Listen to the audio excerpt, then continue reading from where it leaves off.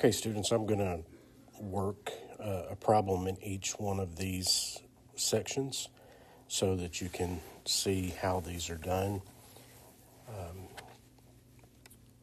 So you have 1 pound. Let me change colors. You have 1 pound.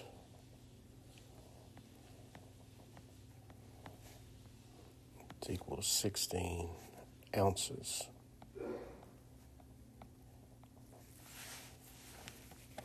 So make sure you put your pounds with pounds, your ounces with ounces. You have 695 pounds. And I want you to find the number of ounces.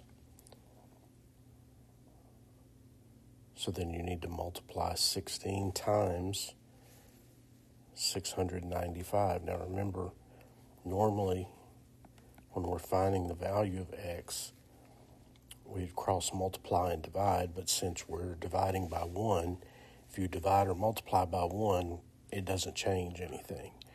So in essence, all you're having to do is multiply 695 times 16.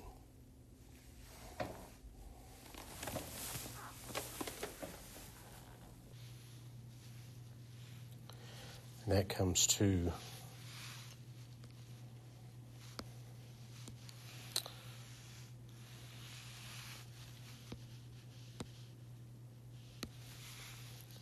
11,120 ounces. With this, we have metric conversion.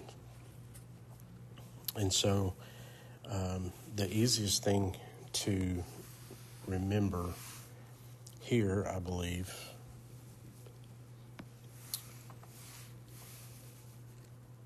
is to go ahead and make your little chart with meters, liters, grams. And then we have decimeters, deciliters, decigrams, centimeters, centiliters, centigrams,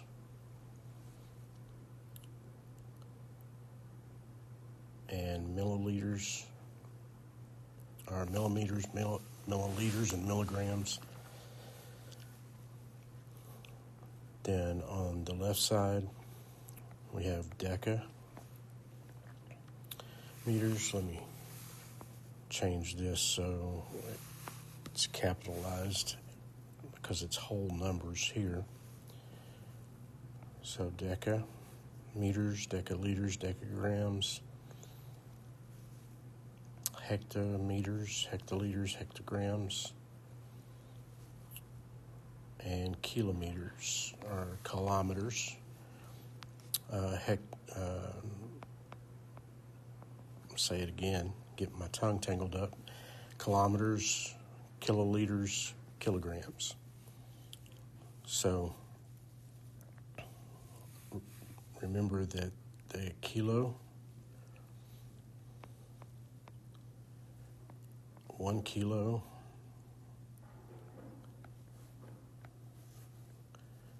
is equal to 1,000 meters, liters, or grams. 1 hecto is equal to 100 meters, liters, or grams. 1 deca is equal to 10 meters, liters, or grams. So 1 meter is equal to 10 decigrams. 1 meter is equal to 100 centigrams. centimeters, centiliters, or centigrams.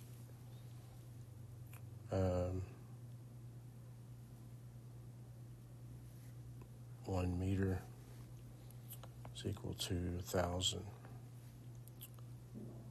millimeters. Now, this is, and I'm going to take this off because this is meters, liters, or grams. So 1 mLg, 1 mLg, 1 mLrg.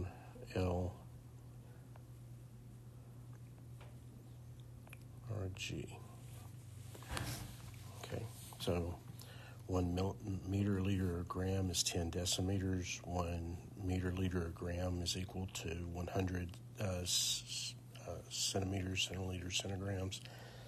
And 1 meter, liter, or gram is equal to 1,000 millimeters, milliliters, or milligrams.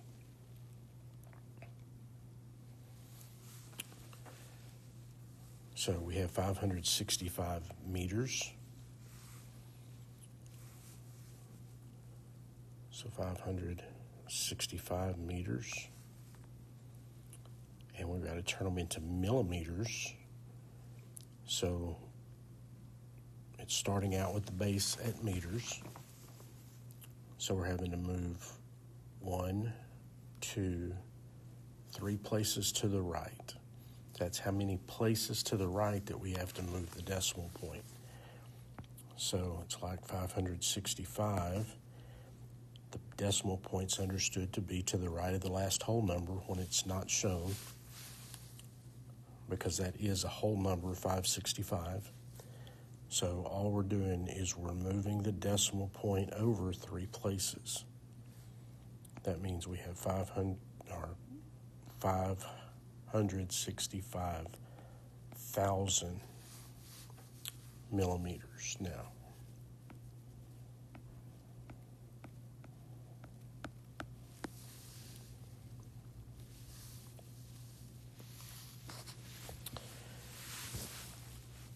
With the conversion between systems, between customary and metric, you notice that they give you the conversion rates because we don't have that on our reference sheet.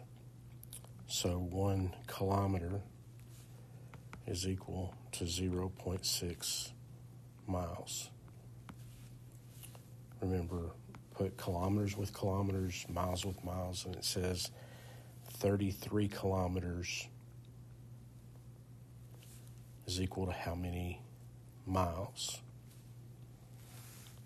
So the same is true for this one. We're just cross multiplying.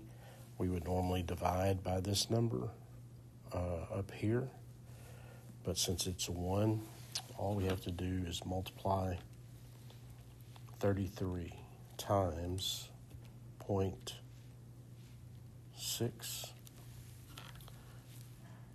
and that equals to 19. Blow this up. 19.8 miles. And that is rounded to the nearest tenth. That's the first place to the right of the decimal point.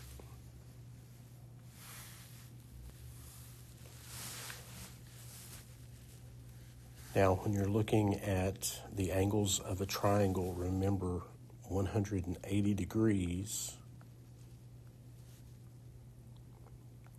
is equal to the 3 angles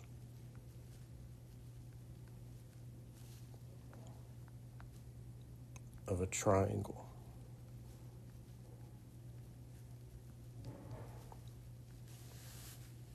So 1 angle of an isosceles triangle measures 104. So we're just going to make an isosceles triangle, which means that 2 sides are the same. It also means that because those sides are the same, these base angles are the same. So if this angle is 104, that means that we have 76 degrees left for the two angles at the bottom. Since they're the same, we divide by 2, and each one would be 38. So 38 would be 1. If we had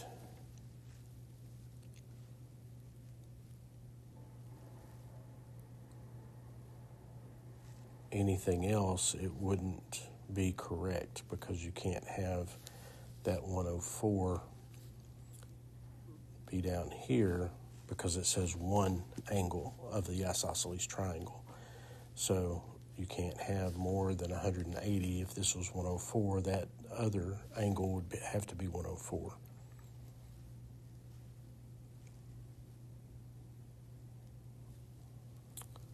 Right? So on 32, one angle of a right triangle measures 9 degrees. Remember, if it says right triangle, that means that this angle right here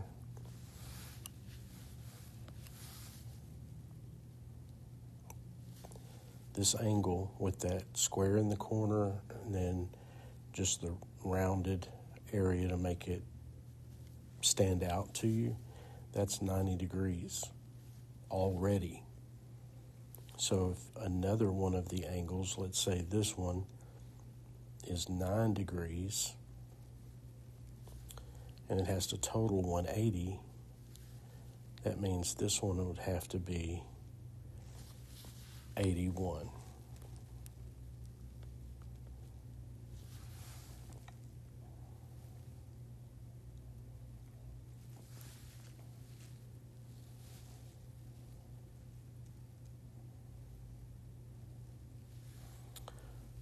Finding the missing angle for number 37, you've already got 74 and 57,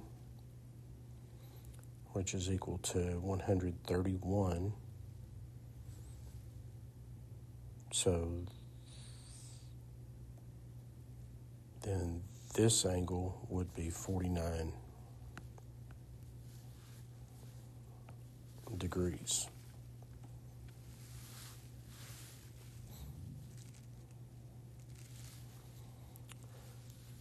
Okay, remember that the line going through a circle with its endpoints, well, it's actually a line segment with endpoints on the circle, but not going through the center, that's a chord. So AB is a chord. W is a center.